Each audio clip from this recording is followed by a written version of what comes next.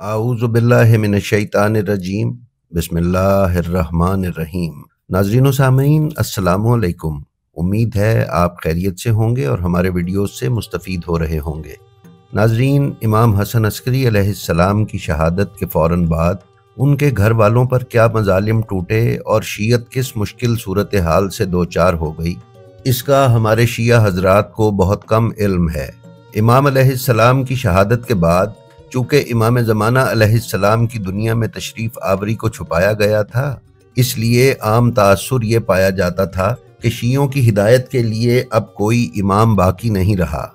लिहाजा उस दौर में बहुत से फितनों ने सर उठाया और इमाम ज़माना अलैहिस्सलाम की गैबत सुगरा के इब्तदाई 20 से 30 साल में इंतहाई कठिन और मुश्किल हालात सामने आते रहे और नए नए अकायद ने जन्म लेना शुरू कर दिया। उस वक्त गैबत सुगरा का चूँकि आगाज़ था और लोगों के लिए भी अब्बासी हुक्मरानों की उस जबर और जुल्म की फ़ज़ा में इमाम से उनकी गैबत में रहनुमाई लेना और राब्ता रखना मुश्किल हो गया था। इसलिए शरई और फ़िक़ही मसाइल के जवाबात की दरियाफ़्त और बातिल अक़ीदों का रद्द उस दौर का सबसे बड़ा चैलेंज था। उस अजीम परेशानी में इमाम हसन अस्करी अलैहिस्सलाम के घर की ख़वातीन ने शीयत को किस तरह सहारा दिया और दीन मुहम्मदी की खिदमात किस तरह अंजाम दी, ये आपको हमारी वीडियो देखने के बाद मालूम होगा। तो आइए चलते हैं और देखते हैं अपनी आज की वीडियो। नाज़रीन मुअज़्ज़म, इमाम हसन अस्करी अलैहिस्सलाम ने इस दुनिया में अपनी ज़िंदगी की तकरीबन 29 बहारें देखी और फिर दर्जाए शहादत पर फाइज हुए। आप सन 232 हिजरी में इस दुनिया में तशरीफ़ लाए और सन 260 हिजरी में इस दुनिया से तशरीफ़ ले गए। कुछ ज़ईफ़ रिवायात के मुताबिक इमाम ज़माना अलैहिस्सलाम की वालिदा और इमाम हसन अस्करी अलैहिस्सलाम की ज़ौजा हज़रत नरजिस खातून सलामुल्लाह अलैहा ने इमाम हसन अस्करी अलैहिस्सलाम की ज़िंदगी में ही वफ़ात पाई। लेकिन नाज़रीन, ये रिवायात दर्जाए सनद को नहीं पहुँचती। कई रिवायात में बीबी सलामुल्लाह अलैहा की मुख्तलिफ़ खिदमात का तज़किरा किताबों में मिलता है और इमाम हसन अस्करी अलैहिस्सलाम की शहादत के बाद 30 से 32 साल तक बीबी सलामुल्लाह अलैहा की मौजूदगी के आसार हमें किताबों से दस्तयाब होते हैं।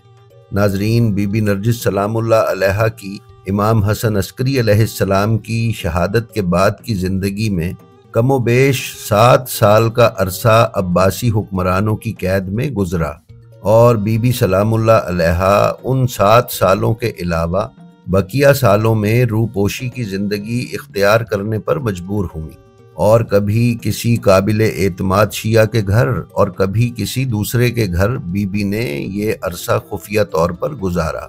नाजरीन, बीबी की इस रूपोशी के दौर में इंतहाई काबिल एतमाद और ख़ास शियों की आप तक रसाई रही, जो मासूम के हुक्म पर ही बीबी नरजिस सलामुल्लाह अलैहा और बीबी हकीमा खातून सलामुल्लाह अलैहा, जो कि इमाम मोहम्मद तकी अलैहिस्सलाम की दुख्तर, इमाम अली नकी अलैहिस्सलाम की हमशीरा, इमाम हसन अस्करी अलैहिस्सलाम की फूफी और इमाम ज़माना अलैहिस्सलाम की रिश्ते में दादी लगती थीं, दीन की खिदमत और लोगों के मसाइल के जवाबात और शीयत के खिलाफ उठने वाली जाबजा तहरीकों का मुकाबला करती रहीं। इसी सिलसिले में सबसे बड़ा नाम इमाम हसन अस्करी अलैहिस्सलाम की वालिदा हज़रत सोसन खातून सलामुल्लाह अलैहा का भी है, जिनका किरदार इंतहाई वाज़े और रोशन है। बीबी के मारूफ नाम हुदैस और सलील हैं।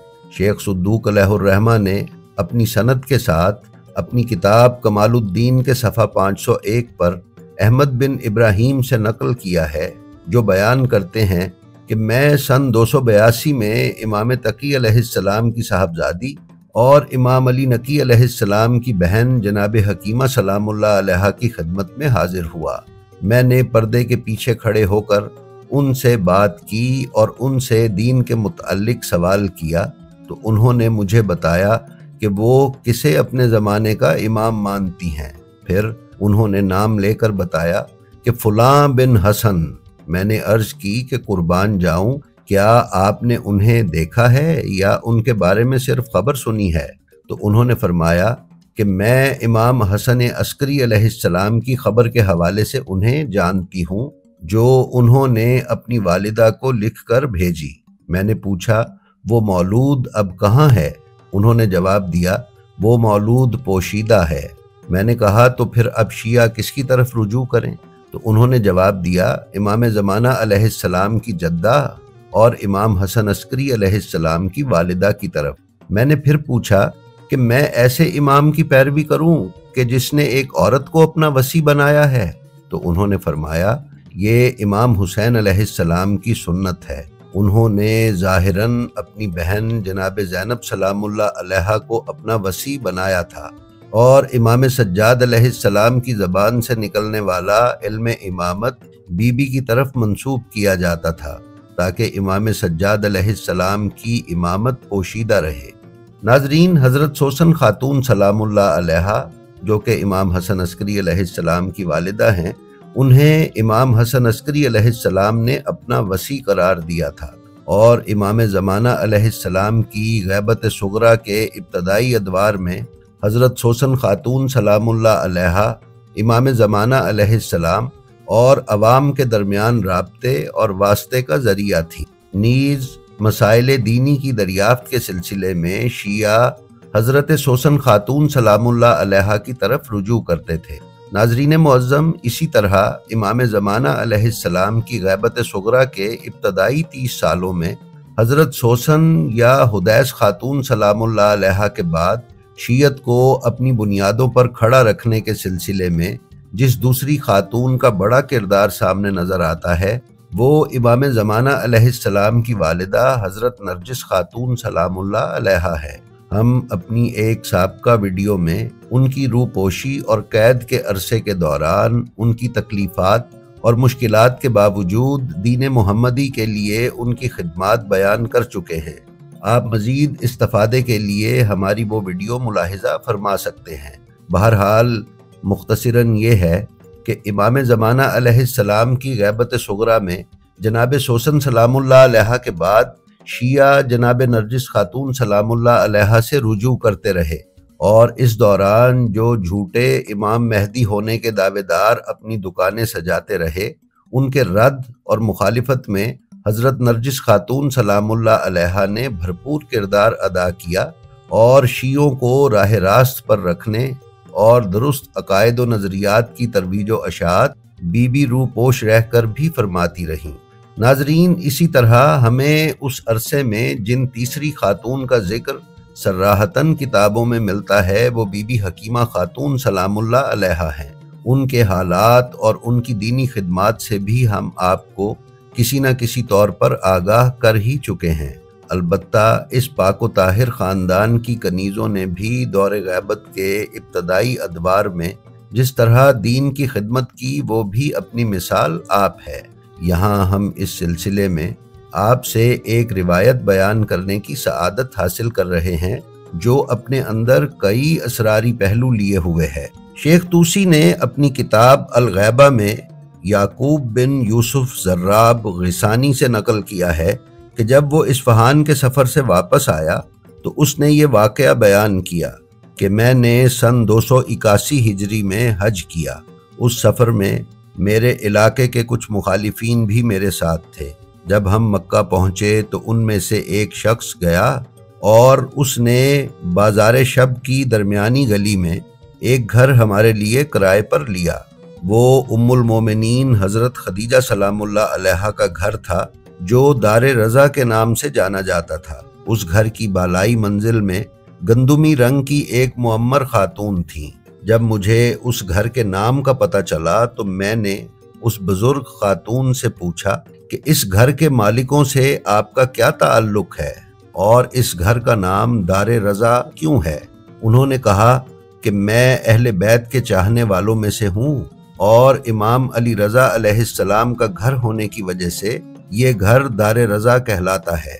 यहाँ मुझे इमाम हसन अस्करी अलैहिस्सलाम ने ठहराया था क्योंकि मैं उनकी खुद्दाम में से थी। जब मैंने उस बूढ़ी औरत का जवाब सुना तो मुझे उससे उनसो अपनाइयत होने लगी, लेकिन मैंने इसे राज रखा और अपने हमसफ़र मुखालिफीन को इससे मुत्तला न होने दिया। लिहाजा जब मैं रात को तवाफ़ करके आता تو گلی میں موجود ان کے ساتھ سو جاتا۔ ہم دروازہ بند کر کے پیچھے ایک بڑا پتھر رکھ دیتے اور دروازے کے پیچھے چلتے رہتے۔ ایک رات میں نے اس گلی میں چراغ کی روشنی دیکھی۔ اس کی روشنی مشعل کی طرح تیز تھی۔ میں نے دیکھا کہ دروازہ خود بخود کھلا، جبکہ میں نے گھر والوں میں سے کسی کو نہیں دیکھا کہ اس نے دروازہ کھولا ہو۔ پھر میں نے ایک درمیانے قد کا شخص دیکھا جس کا رنگ گندمی مائل زرد اور جسامت درمیانی تھی۔ اس کے چہرے پر سجدے کا واضح نشان تھا۔ اس نے 2 قمیضیں پہنی ہوئی تھیں اور ایک باریک چادر سے اپنا منہ چھپایا ہوا تھا۔ اس کے پاؤں میں کمانی جوتے تھے۔ وہ گھر کے اوپر والے کمرے میں چلا گیا جس میں وہ بزرگ خاتون رہتی تھی۔ جب میں نے یہ حالات دیکھے تو میرے دل میں عجیب قسم کے خیالات آنے لگے۔ میں نے اس خاتون سے اپنائیت و نرمی کے ساتھ بات شروع کی اور کہا کہ اے معزز خاتون، مجھے تم سے ایک بات پوچھنی ہے جو میں اپنے ہم سفر ساتھیوں کی غیر موجودگی میں معلوم کرنا چاہتا ہوں۔ ابھی تک مجھے موقع نہیں مل پا رہا تھا اور میں چاہتا تھا کہ جب میں گھر میں اکیلا ہوں تو آپ کے پاس آ کر وہ بات آپ سے پوچھ لوں۔ ان خاتون نے یہ سنا تو فوراً کہا کہ میں بھی تمہیں ایک راز بتانا چاہتی، لیکن یہاں چونکہ تمہارے ساتھ اور لوگ بھی تھے اس لیے مجھے وہ راز کہنے کا موقع نہیں مل سکا۔ میں نے پوچھا آپ کیا فرمانا چاہتی ہیں؟ ان خاتون نے کسی شخص کا نام لیے بغیر کہا کہ وہ تم سے کہتے ہیں کہ اپنے ساتھیوں کے ساتھ سختی اور انہیں برا بھلا کہنے سے اجتناب برتو۔ وہ تمہارے دشمن ہیں، لہٰذا ان کے ساتھ مدارات سے کام لو۔ میں نے سوال کیا کہ یہ بات آپ سے کس نے کہی ہے؟ تو انہوں نے فرمایا کہ میں جو تم سے کہہ رہی ہوں۔ ان کے لہجے میں اتنا روب تھا کہ میں دوبارہ یہ جرت نہ کر سکا کہ ان سے یہ بات پوچھوں کہ انہیں یہ کس نے کہا ہے۔ پھر میں نے اس بات کو چھوڑا اور اگلا سوال کیا کہ میرے ساتھیوں سے آپ کی مراد کون ہیں؟ میں سمجھ رہا تھا کہ ان کا اشارہ ان افراد کی طرف ہے جو میرے ساتھ حج پہ آئے ہیں۔ تو ان خاتون نے جواب دیا کہ تمہارے وہ ساتھی جو تمہارے شہر اور گھر میں ہیں۔ ناظرین، اس روایت کا راوی بیان کرتا ہے کہ اس کے علاقے والوں اور خاندان کے افراد کے ساتھ دین کے معاملات میں اختلاف چل رہا تھا۔ انہوں نے اسے مارنے کی کوشش کی مگر وہ بھاگ کر چھپ گیا کہ کہیں وہ اسے دوبارہ نہ مارے۔ لہٰذا وہ یہ کہتا ہے کہ ان خاتون نے جب یہ بات کی تو مجھے اندازہ ہو گیا کہ وہ انہی کی بات کر رہی ہیں۔ پھر میں نے ان سے عرض کی کہ آپ کا امام رضا علیہ السلام سے کیا تعلق ہے؟ انہوں نے کہا کہ میں امام حسن عسکری علیہ السلام کی خادمہ ہوں۔ جب مجھے ان کی باتوں پر یقین آ گیا تو میں نے دل میں کہا کہ میں ان سے امام غائب کے بارے میں ضرور پوچھوں گا۔ لہٰذا میں نے کہا میں آپ کو خدا کی قسم دیتا ہوں، بتائیے کہ کیا آپ نے امام زمانہ علیہ السلام کو اپنی آنکھوں سے دیکھا ہے؟ تو وہ فرمانے لگیں کہ بھائی میں نے امام زمانہ کو اپنی آنکھوں سے نہیں دیکھا۔ جب میں ان کے گھر سے جدا ہوئی تو میری بہن حاملہ تھیں اور امام حسن عسکری علیہ السلام نے مجھے بشارت دی تھی کہ میں آخر عمر میں ان کی زیارت کر لوں گی۔ امام نے مجھے فرمایا تھا کہ جس طرح میں نے ان کی خادمہ ہونے کا شرف پایا ہے اسی طرح مجھے امام زمانہ علیہ السلام کی خدمت کا موقع بھی نصیب ہوگا۔ راوی کہتا ہے کہ اس کے بعد میں نے دروازہ کھولا اور اس چراغ کی روشنی میں باہر نکل گیا۔ میں نے کسی کو بھی وہاں داخل ہوتے نہیں دیکھا۔ پھر میں نے کچھ لوگوں کو دیکھا کہ جو مختلف علاقوں سے اس گھر میں داخل ہوئے۔ ان میں سے بعض اپنے ساتھ لائے ہوئے خطوط اس بوڑھی عورت کو دیتے اور وہ بھی اسی طرح کچھ خطوط ان کے حوالے کرتی۔ وہ لوگ ان سے باتیں کرتے اور وہ بھی ان کے جواب میں گفتگو کرتی جسے میں سمجھنے سے قاصر تھا کہ ان کے بیچ کیا بات ہو رہی ہے۔ جب ہم واپس آ رہے تھے تو راستے میں ہم نے پھر کچھ ایسے لوگوں کو دیکھا یہاں تک کہ میں بغداد پہنچ گیا۔ جی تو ناظرین، یہ تھی ہماری آج کی ویڈیو۔ ہمیں امید ہے یہ آپ کو پسند آئی ہوگی۔ اگر آپ ہمارے چینل بلینڈ آف ہسٹری پر نئے ہیں تو ہم آپ سے گزارش کرتے ہیں کہ برائے مہربانی اسے سبسکرائب کر لیں اور اس کے بیل آئیکن پر کلک کر کے آل نوٹیفیکیشنز کی سیٹنگ کا انتخاب کر لیں تاکہ آپ ہماری آنے والی کسی بھی ویڈیو سے محروم نہ رہ سکیں۔ اس کے ساتھ ہی ساتھ ہم آپ سے یہ بھی گزارش کرتے چلیں کہ ہماری جو ویڈیو آپ کو پسند آئے اس کا لنک اپنے حلقہ احباب میں شیئر کرنا نہ بھولیں تاکہ علوم محمد و آل محمد کی نشر و اشاعت میں آپ کی حصہ داری برقرار رہے۔ ہماری آپ سے یہ بھی درخواست ہے کہ آپ اپنا اور اپنے متعلقین کا بے حد خیال رکھیں اور خلق خدا میں آسانیاں تقسیم کرتے رہیں۔ خدا آپ کا حامی و ناصر ہو۔ السلام علیکم۔